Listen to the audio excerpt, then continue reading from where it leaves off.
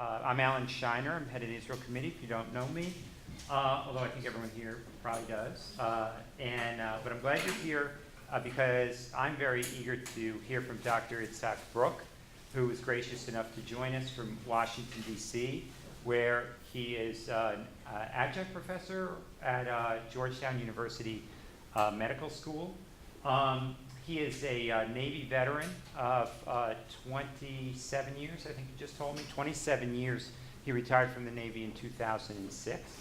And prior to that, Dr. Brook grew up in Israel and served in the Israel Defense Forces and served as a doctor in the reserves in the Yom Kippur War, which is what he's going to speak about tonight. He was also served in the reserves in the 1967 war as well. He's the author of this book, In the Sands of Sinai, Physician's Account of the Yom Kippur War, which is on sale right out there. And I encourage you to get a copy. But anyway, please join me in welcoming Dr. Itzhak Brook.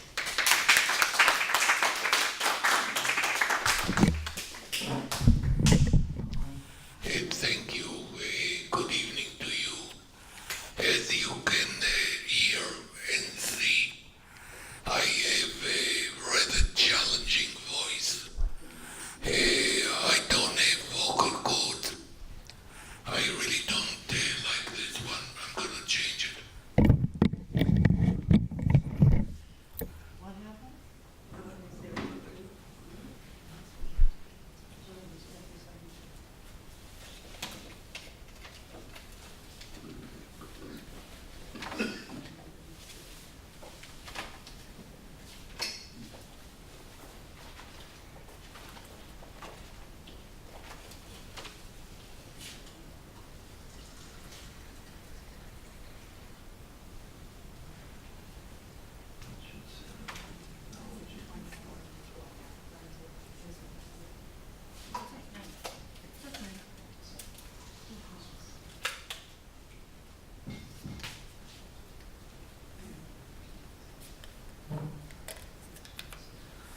We have a small room, and so I think this microphone will work better, less resonant.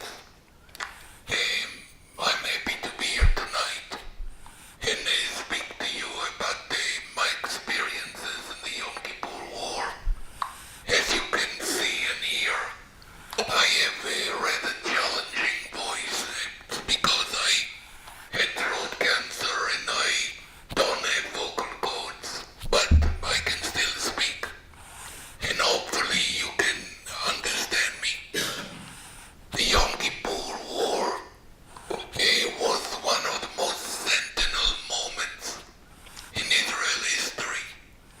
Israel was attacked at the holiest day of the Jewish calendar by both Syria and Egypt, where most of the people in the country were in the synagogues, and the borders with Egypt and Syria were very, very sparsely defended.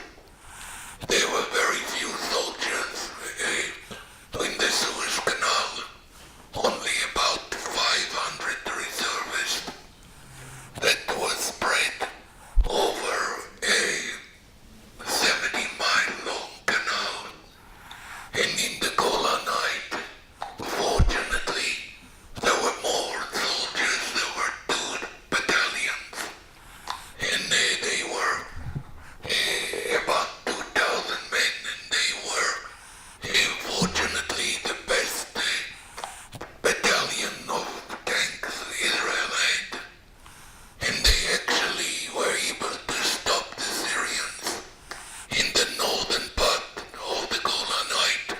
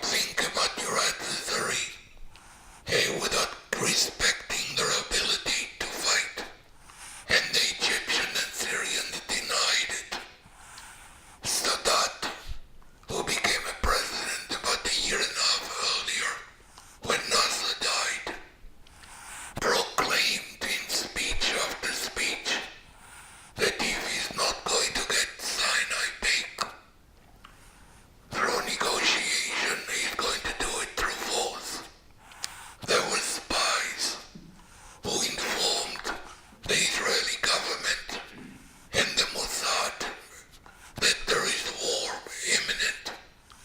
King Hussein personally flew to Tel Aviv to warn Golda Meir a week before the war.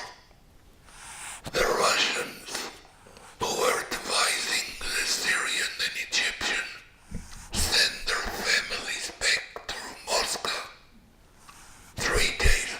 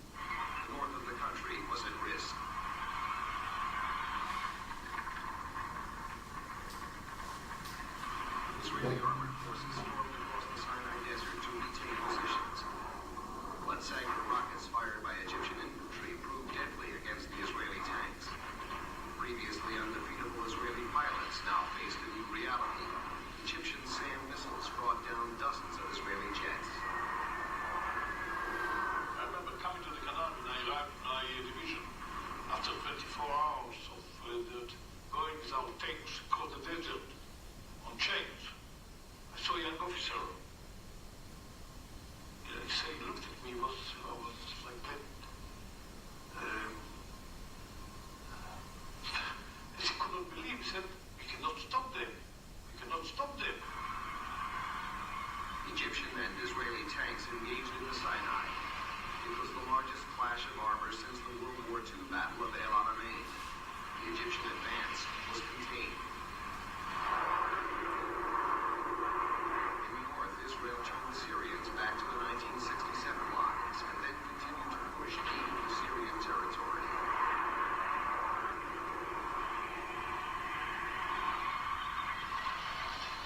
The turning point in the south came when General Ariel Sharon decided to attack the Egyptians from the rear. The building of the bridgehead across the Suez Canal took place under a massive artillery barrage. It was a terrible night. I think a midnight. We lost my division, about 300 killed and around 1,000 wounded. And all of us,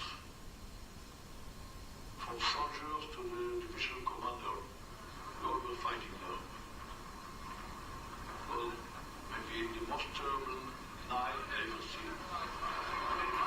Sharon's plan succeeded. Israel advanced into Egypt, cutting off tens of thousands of Egyptian troops in the Sinai.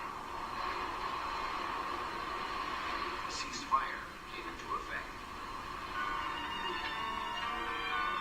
The price of war had been devastating. 2,700 Israelis killed and thousands more wounded. More than 18,000 Arab soldiers had lost their lives. It was a war, really, of soldiers.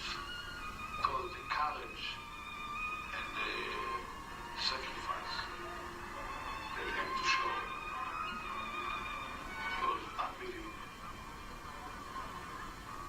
They didn't speak about fathers of 4 and 5 and 6 children who were fighting. And I may call it even the war of fathers and sons.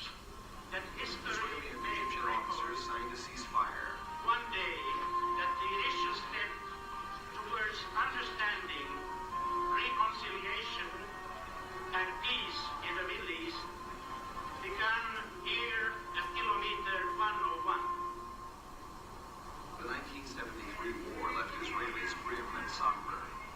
The dead and wounded, the grief and shock had taken a heavy physical and psychological toll.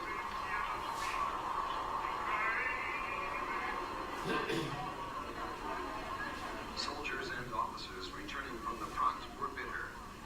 Many staged demonstrations. They asked who was responsible.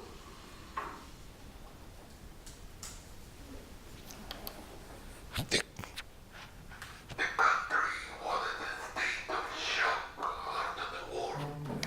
And there was an election about a month after the war. And surprisingly, Golda won again.